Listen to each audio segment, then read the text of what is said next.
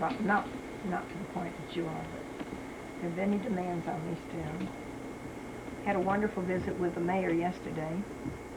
He's so supportive, so helpful. And I seem to have to be working with the city and their various departments and the mayor himself and Dr. Branch and Jim Fitzgerald and on and on and on. I wish you kids would get back here. You get on campus. Bob Smith wants to get on campus in some way. Tell me when I can backtrack and pick this thing up. We're rolling. Okay. Let's see. Mark and I were together 2 weeks ago today. We were trying to decide. This is July 3rd, 1991. Okay, this is July 3rd, 1991. And I don't remember too much of what I've said over the past 2 sessions, but Mark said that I left off last time where Ken had come to get me, to take me to the dormitory. I want to backtrack just a minute on that because I think there's a sweet story I'd like to tell related to it. I did break my relationship with Ken before this took place through Mother and Father's request. And I realized, though, that Kenny was the man with the qualities that I needed to live with, and I felt that he needed me. But when I broke my association with him, it was on a Saturday, and I had gone to tell him that I wouldn't see him anymore, and why. And Dad had asked him if he would go fishing with him that Sunday morning. And of course, the reason for Dad wanting him to go with him, he was going to explain to Ken why Mother and he felt the way they did. It was mainly because of Kenny's background of health, really, because his family had been tubercular. And there was no future. It looked the deepest of the depression financially, and the young men around town, his parents liked to think, were very eligible, and I could have married very well and all that sort of thing. Well, when I came home that night, or that Saturday, and that night I must have probably cried much of the night. Well, at this time, and for 16 years, I played for the Christian Science Society and then the Christian Science Church.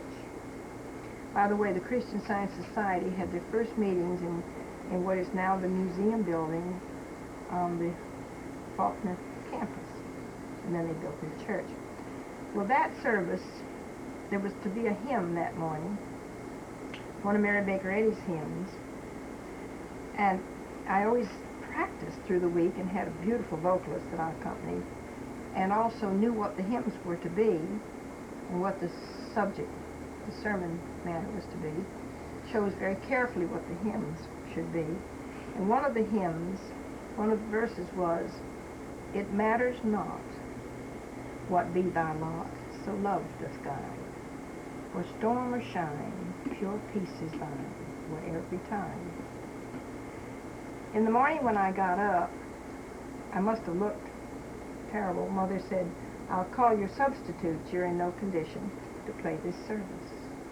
I said, "Mother, if there was ever a service I wanted to play, this is the one I'm going to play." So I went on to church with my determination that I knew what I was doing, and I did not want to live my life without him.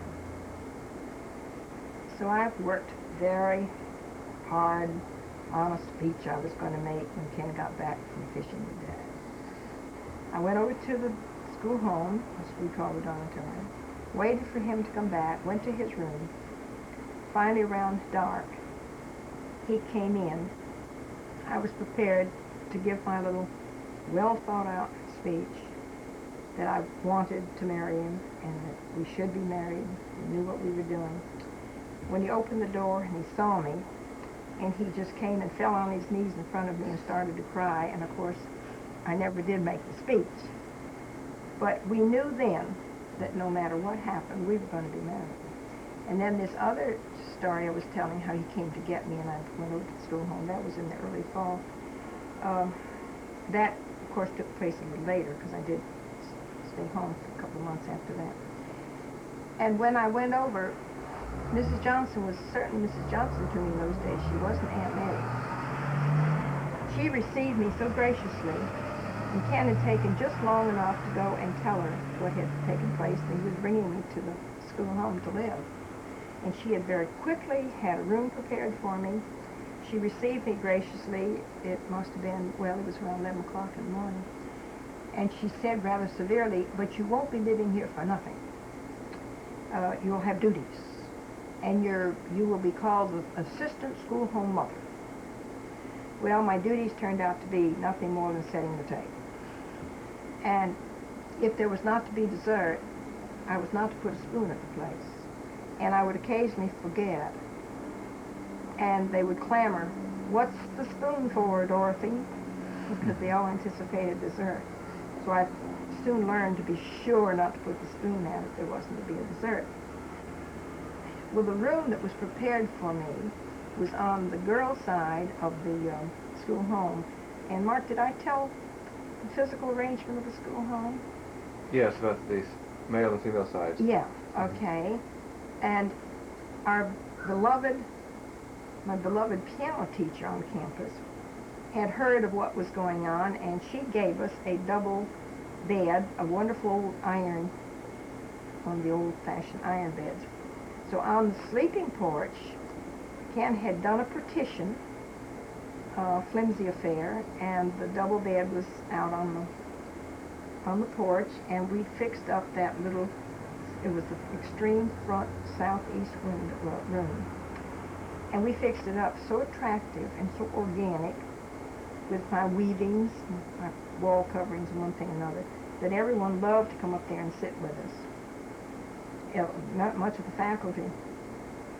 Well, after we were married, after I moved in, I really saw less of him.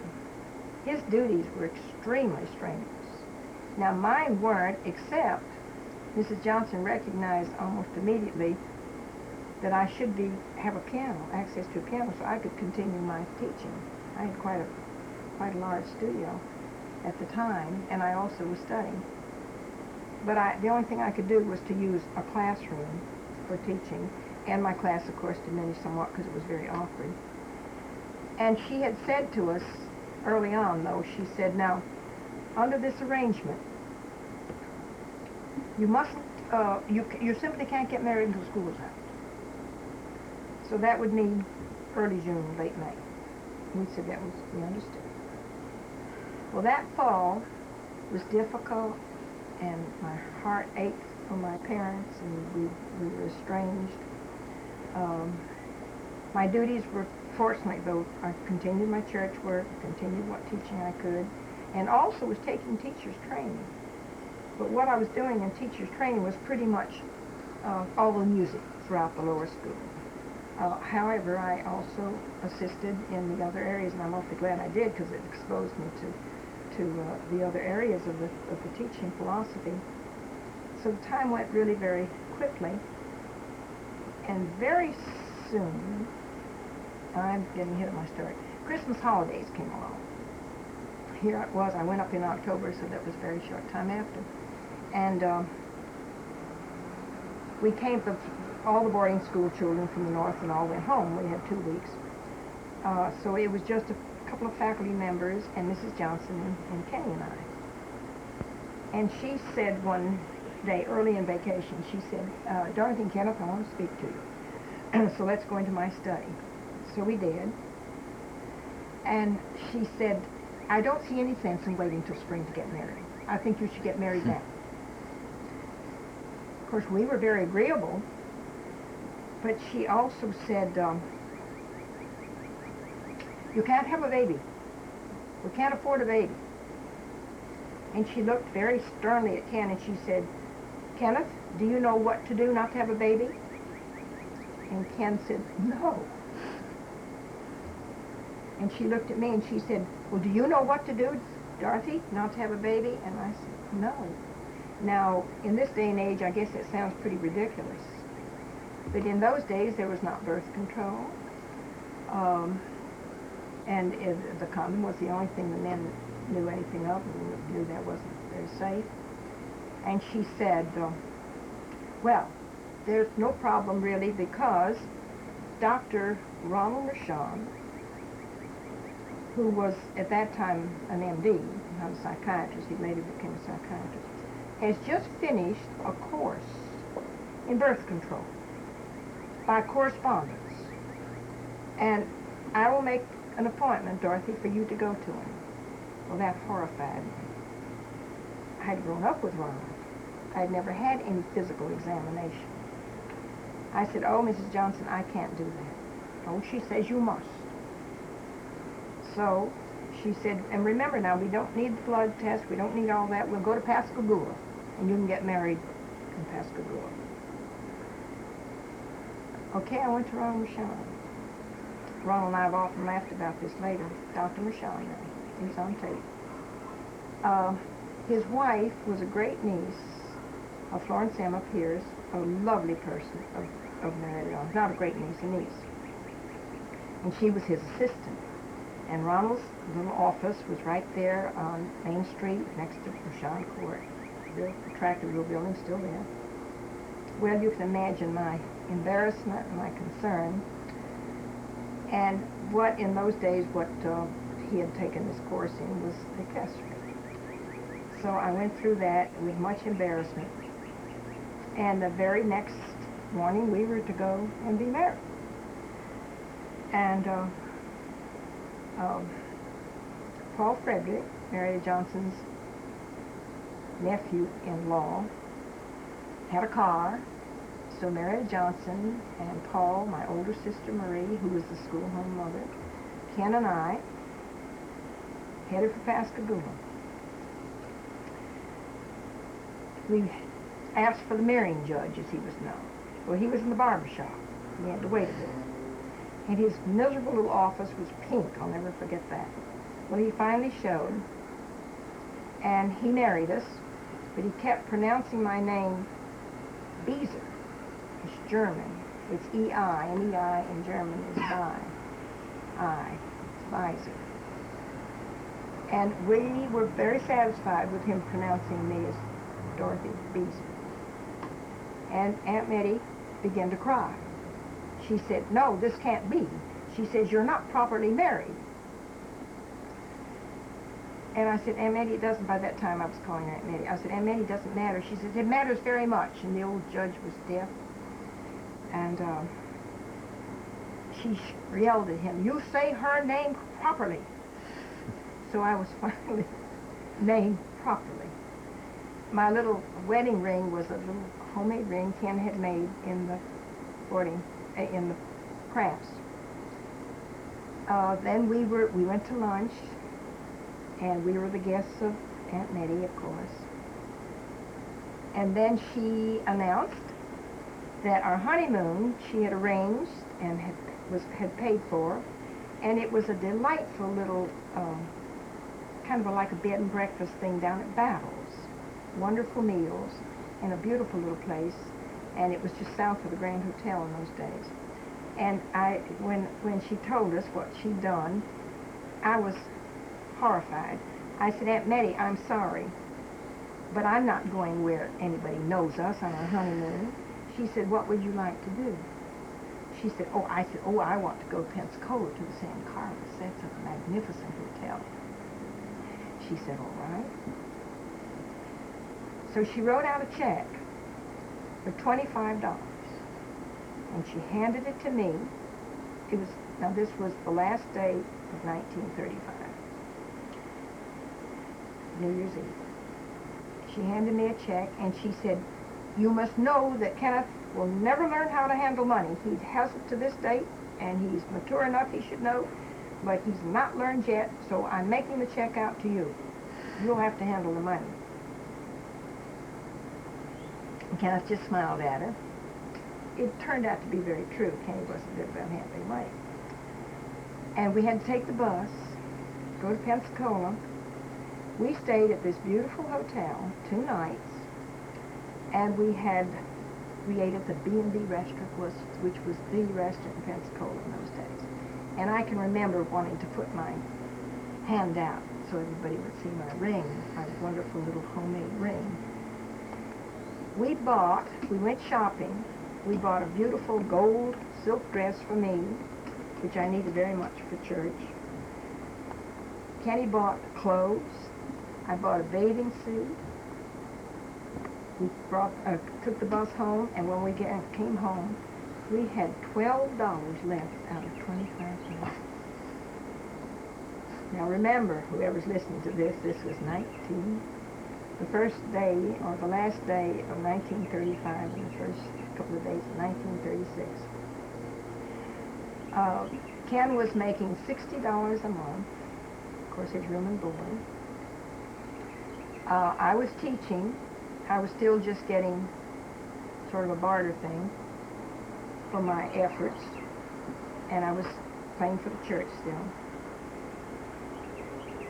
And very shortly after we were married, I guess it was Kenny's first paycheck, something like $1.80 was taken out of that $60 for a telephone call.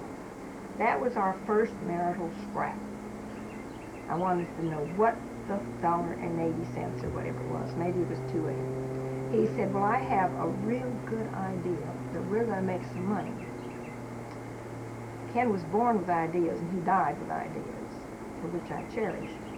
He said, we are going to send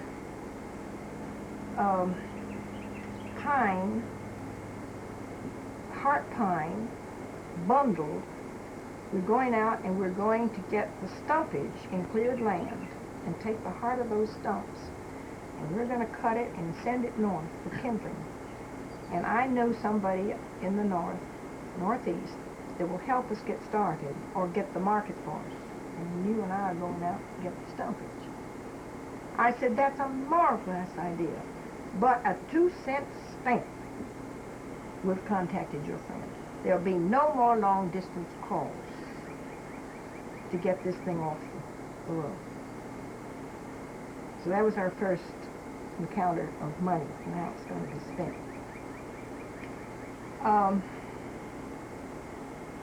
That spring, I'm glad I had that experience. It was very difficult in the boarding department.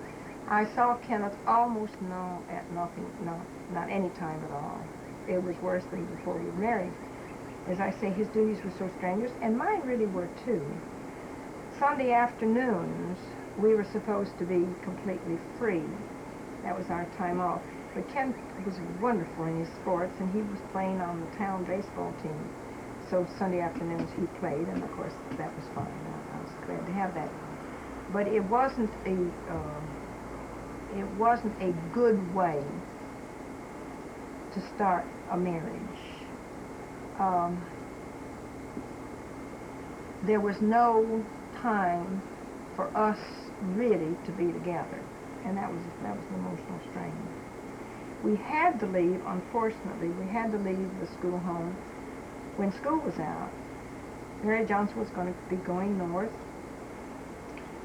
trying to raise money to open in the fall, and her niece, the secretary, and her husband and the 2 children, the 2 boys, needed the school home for their home, and it was right that they should have it for themselves.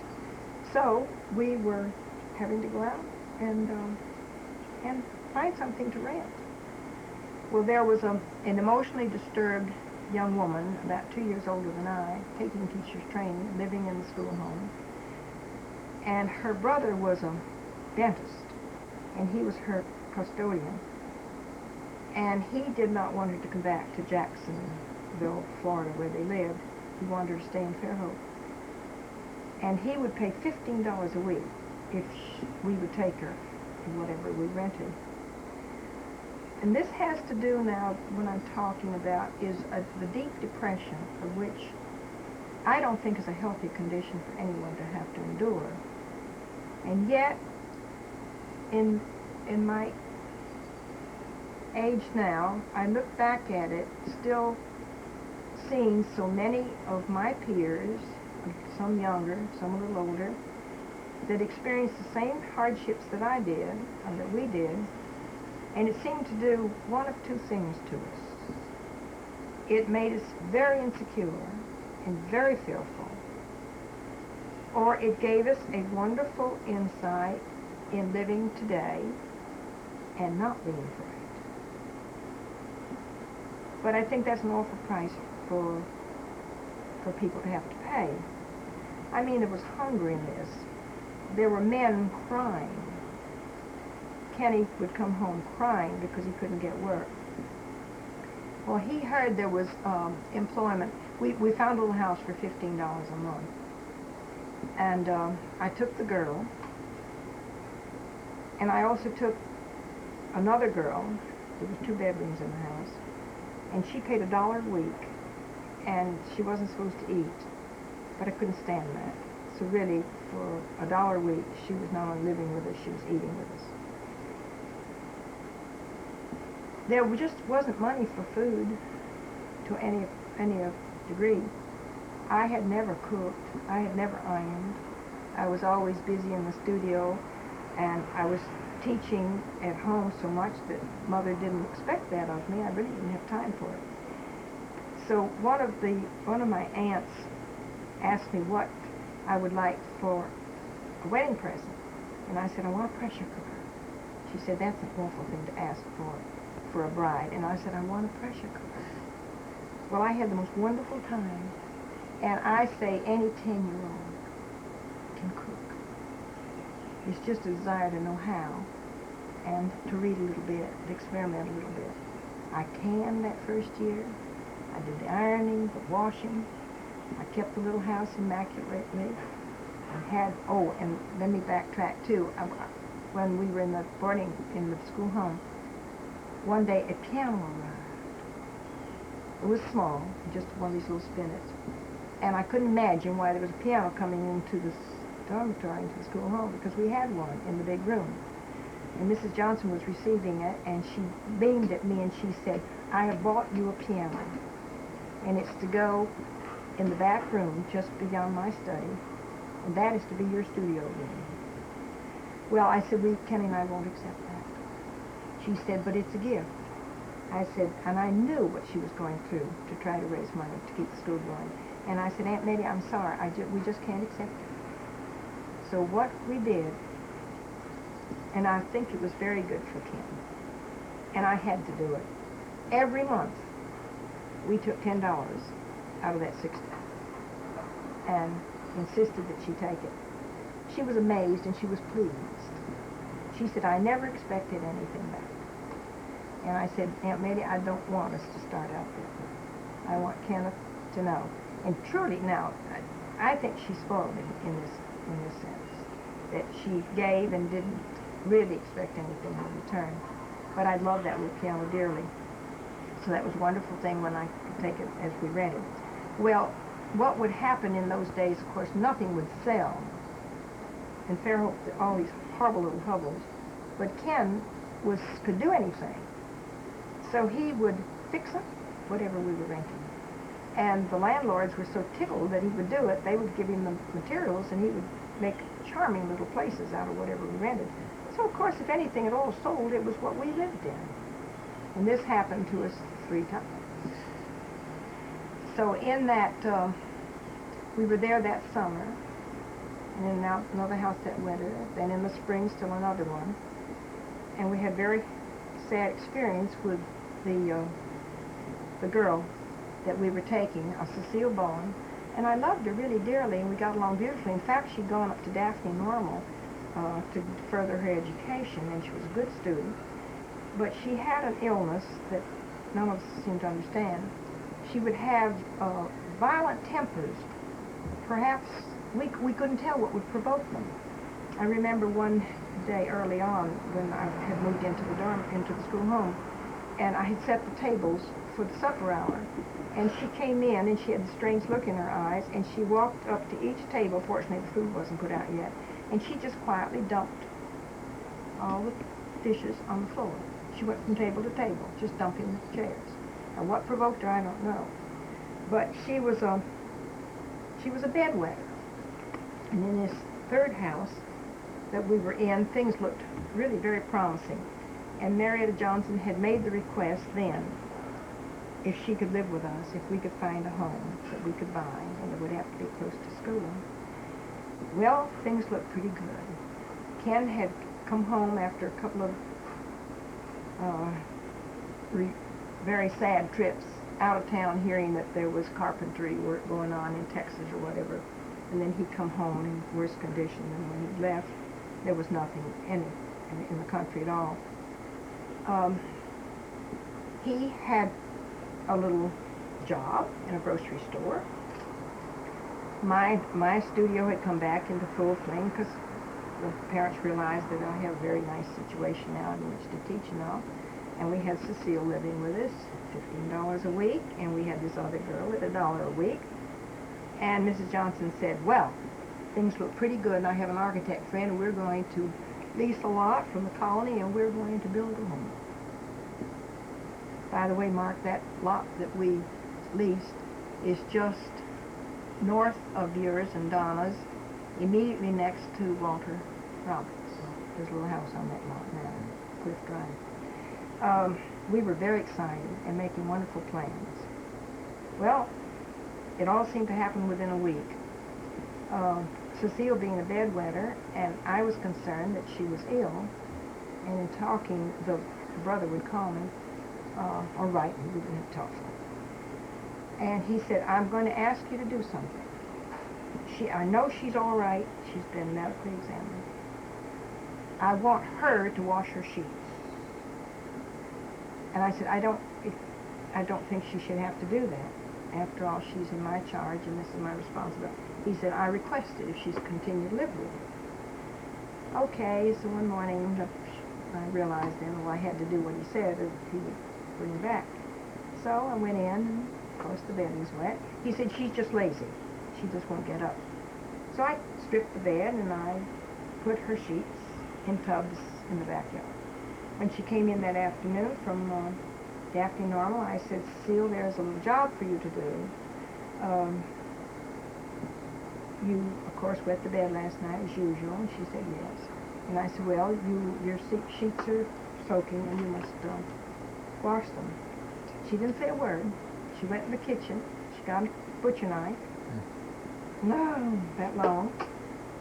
She had that look in her eyes, and she came for me. She said, I'm going to kill you. Well, I had sense enough to run, and I screamed, and the neighbors came to my assistance. And some word got to Kenny. Kenny came home. And we took her to a hotel, which at that time was the Dixie Hotel on Main Street. And I guess Kenny wired the brother or called him and said she would be up on the bus in the morning. She's coming home. Well, there went our $15 a week. Kenny lost a job the next week, so there was no income then except for a little bit I was bringing in. So Aunt May very wisely said, well, we better wait a bit. I'm trying to build. There's all that shaking. Of course, it was a good decision. And from that house, we went to still another one on Hills Avenue, and that was only $15 a month. Well, we had just the one girl at $1 a week, and then one of the alcoholics in town was brought to us by his older brother and said, if he can ever get well, I'm sure it will be with you and Kenny, Doc. And that was another $1 a week. So we did have $2 a week. And I love this boy. He was just really a kid, this alcoholic. And not that we ever cured him by any means, but he was kind and sweet, and unfortunately he was driving a beer truck, which was worse than the world for him. And we managed somehow to survive that. And that was the spring, and there Kenny was fixing this house up again. And that's when I think I told something of that story, Mark, of finding this little place we're in, that we're in here now. Yes. All right. It had belonged to Two the little, state. yeah, two sale. little women from, Connecticut or Vermont. I had to, by the way, just research for tax purposes, through a necessity, research some of that, and this house was built apparently in 1926 by those two little women. And then, of course, we came into it early in 1936, 10 years later, we moved in. And then I think I told something of that story of Mrs. Johnson putting the money down, the down payment. And in researching that, by the way, and I didn't know until just last week or whatever, and I was researching this, she didn't pay $500 down. She paid $750. It's in that recording, and I guess she just didn't want to tell us because she knew that we would be upset about her 500.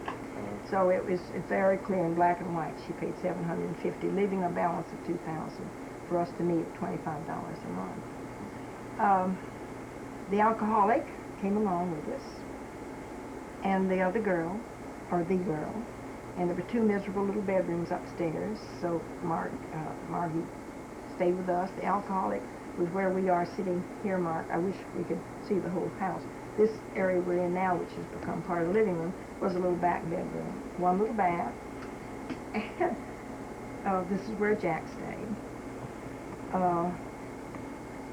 That was perhaps not too difficult. There's something wonderful, and I know Mark and Donna are experiencing it. There's something wonderful about having your own home. I don't care how humble it is, but I remember after Aunt Betty had put down that down payment and we moved in, there was one interesting thing about it. When we moved from these other little houses, one to another, we very carefully packed and labeled everything, and so when we unpacked, it was very simple. And when Ken knew it was going to be our own, he said, "Oh, we're not going to label anything." He threw pillows in with cups. He put sheets in with clothes. And when we got into these boxes and into this little house, it was one terrible mess. Of course, Salders sorted it out. But I remember one of the first things I asked him, he was so amused, because the horrible little rooms. I said, "Ken, can you knock all the partitions out?" He said, "What a funny question." And my home was a very spacious rooms. My piano room, my studio room, was larger than this existing living room. Marvelous big dining room, huge living room. Bedrooms, bathrooms, and on a whole city block. Tennis courts, or a tennis court. And I couldn't stand these little rooms, so he got under the house, and then he looked at the beams and all, and or the foundation, the walls, and he said yes. And I said, "Wonderful. We'll make a lovely home out of it." And when Dad would come over, and he'd say, "Every time I come, there's one less room." And we were proud. We've ended up really almost living in one room, which pleased me very much. That year was, well, now we're looking at 36, 37. What happened then, the two little women that we buying the house from passed on. And the place went into estate settlement, and it generally takes 2 years to settle an estate. So one of our very dear friends at the bank was a treasurer, and he said, "Dot and Kenny, you won't have any notes to meet for 2 years. Now's the time to have a baby." And we were delighted, and we talked to Aunt Mitty about it, and she said, "I just think you can swing it if you don't have those house payments." So there came our precious little Kenny. And then 2 years later, you know, our wonderful Jeff. I'll just touch on this. Any couple that want children should have children. Any couple who do not want children, I don't think they should have them. I think that is the first requirement of married couples, to want their children and to prepare intelligently for them. So I wanted 6, but unfortunately, I was fortunate to have the second and begged for him. And Mrs. Johnson was saying, it's an old saying, an only child is a tragedy. And she'd say 2 is better. 3 is much better. It's quite not enough. 4 is very much better. She believed in, if you couldn't, and I've witnessed this in my teaching, an only child so often is a tragedy. But today it doesn't have to be, if parents are wise enough and will deny themselves to see that a child is exposed to their peer group or those almost their age. And that can be done today relatively easy.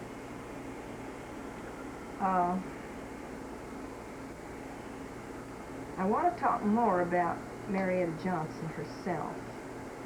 And I did talk, I think, in the other tape about having her here, and we had planned. Well, she didn't really live here. Cause No, right. she didn't get here. We were building on for her. And how her son denied her. I think I told that sad story. I've thought a lot about it. I didn't know him, really. But it seems to me that we're also individual.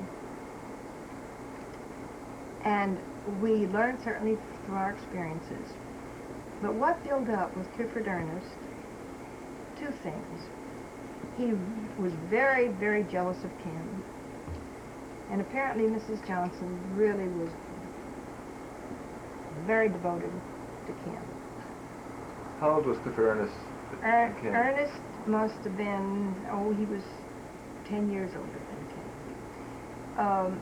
He resented Ken. He also, he wasn't quite that much older, because Aunt Mattie took Kenny when we think about 8 or 9. And Clifford Ernest was still in school at the time. But he did resent him. But mainly what he resented was the lack of time his mother gave to him. Now, of course, I feel that was very unfortunate, very sad, that he couldn't be large enough and great enough to say, look at my magnificent mother, what she's doing. But he said to her, you've been so busy mothering the children of the world that you have neglected me. Now, if I want to put it in that same context with Ken, it was very true with Ken, too. Physically, she was not here much because her work necessitated her going into the world, including to Europe. At that time, she was going to Europe rather, not real frequently, but 4 or 5 times, and to lecture. And of course, she was busy. Of course, she wasn't there to do the putting them to bed and one thing and another constantly. But I certainly didn't harm Ken. Dealing with her, when the tape went off, you were talking about her son interpreting why he was the way he was. Yeah. But then there was something else I said you should mention is about she wanted to keep the large corporations being beholden to them. So. Yeah. Now, see, I there were times I couldn't understand this because the financial strain was so great. But she was determined that she called herself experimental through those years. And she said, if I accept the money that's being offered to me, like the Fords wanted the foundation wanted to subsidize it, she said, then they will have control. I know what boards do. I can't accept that now because, and I think, now this is a supposition, at this particular, the difference in how Kenny reacted to this. All right, with this corporation money, we had an interruption, Mark and I. She just wouldn't accept any monies that had a tie to it, so to speak, like setting up a board when the Ford Foundation wanted to give her money. And my supposition is, I don't know this is a fact, but about this time, she was very prominent in her school in Greenwich and Port Washington. And May Lanier, who was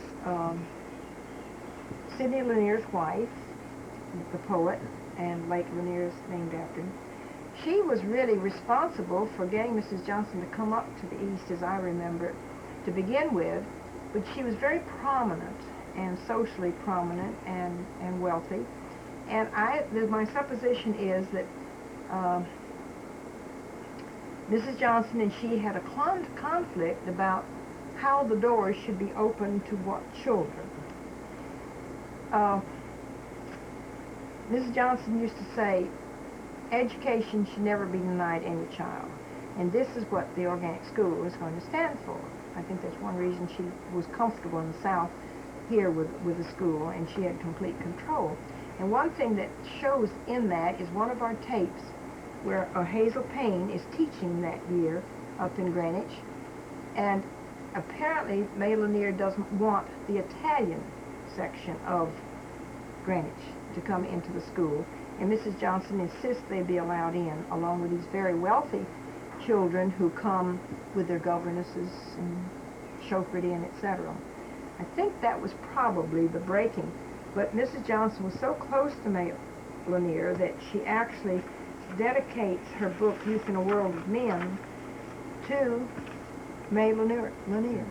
But there was a break later, and my supposition is that was what it was about. Well, this was difficult for me to understand until much later in my life, of why Mrs. Johnson had to continue to feel this way about any financial support, that she simply had to have the control. So that drove her out into raising the money herself, and she was determined to keep the school here in Fairhope free to the children of the town. The only children who paid were those who lived in the school home, and they paid handsomely, and they could well afford to, or those who came from out of town and boarded in families, because the school home couldn't accommodate them all. They came from everywhere, including Europe. They also paid a very small tuition to come, and again could afford to. So that is something she believed in deeply, that it was going to be free, and she thought all education in time, of course, should be free, especially if we were going to be taxed for it. Then why shouldn't it be free to all children? But that put a tremendous burden on her. And in spite of the burden, she seemed to have that marvelous ability to raise the monies, and she would come back from these marvelous speaking tours with enough money to build another building. We ended up with 10 beautiful buildings on that campus, and we had excellent faculty. I know that most of the faculty taught for very little. For instance, Charles Raybould, who was a student of Cecil Sharp's, he came to us from Yale with a tremendous salary and left it to come to Marietta Johnson to be her assistant and teach the English folk dance and English folk song, and he was the one that was so tragically killed in the plane accident. So I do understand that with her. But because of those pressures, I also defend her in that she wrote so little and in a sense wrote so poorly, and yet was such a magnificent speaker. I want to touch on her two books too, Mark, when we're thinking about her writing. Youth in a World of Men was her first book, and it was written in 1928, published in 1929, and it's, fortunately, the museum has her copy, the first book off the press. Kenny and I had it, and it's gone up to the museum, and it says it's dedicated to her mother, or it's not dedicated to her mother, it's dedicated to May Lanier, but it says, "To Mother with all my heart's love, Marietta Johnson." First book off the press, 1929.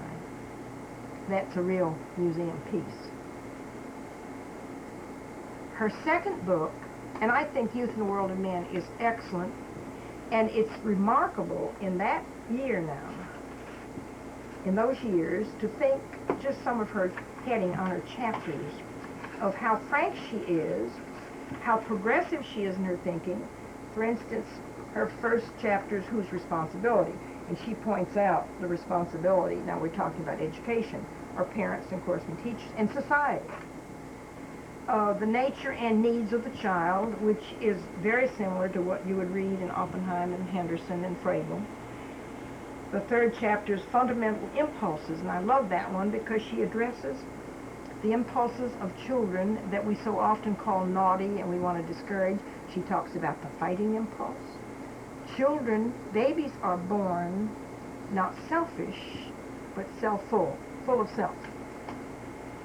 And that is the first thing that a human being must grow out of, to a sense.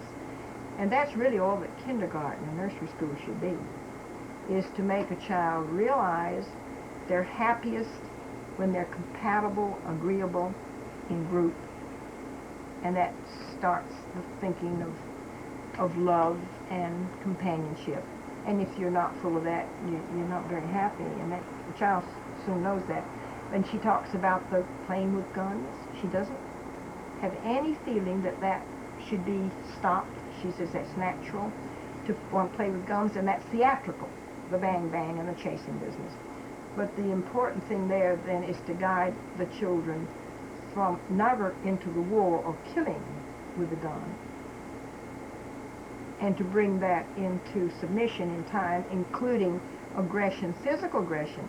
She even says to fight, physically fight children is a very natural impulse and should not be completely killed, but never to let in a group for the adult to be conscious if there's a bully in the group, and of course to stop that.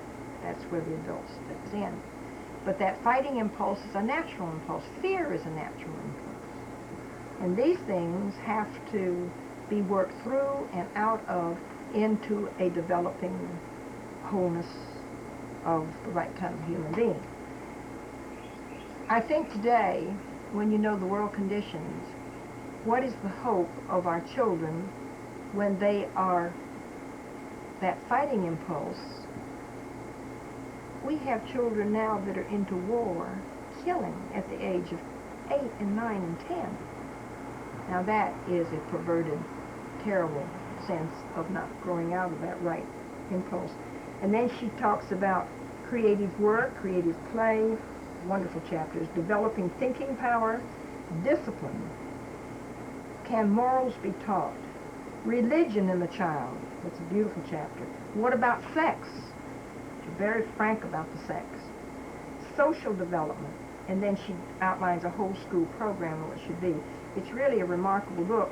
Then her second book, written in 10 years later, and she was writing that book the year of her death, and that's called 30 Years with an Ideal. And I think it has just as much importance and is as good, but the background quickly on that book, it was never edited. And after her death, Ken and I found the manuscript on this book. And it was scribbled on the sides and one thing and another. It's repetitious, but I think it's a wonderful book. So I took it in the early 40s down to the Courier, and I said, look what I have found. And it was one of the Gastons, Francis Gaston Crawford, who was the editor. And I said, Aunt Frankie, this is what we found, and will you print 500 sheets of this for us? The whole thing. And she said, no, but I'll give you, I think she said 50. So she did, and then she let me know she'd come up and have lunch with us at our little business. And she told me they were done. I said, I'll come down and get them. And she said, no, you can't have them, Dot. You're too enthusiastic. You'll give them out promiscuously. I'll give them out. But she gave me several, and I brought one home, and I cut it out very carefully, and I made a leather-bound cover for it. It's, again, a museum piece, and it's there in its entirety.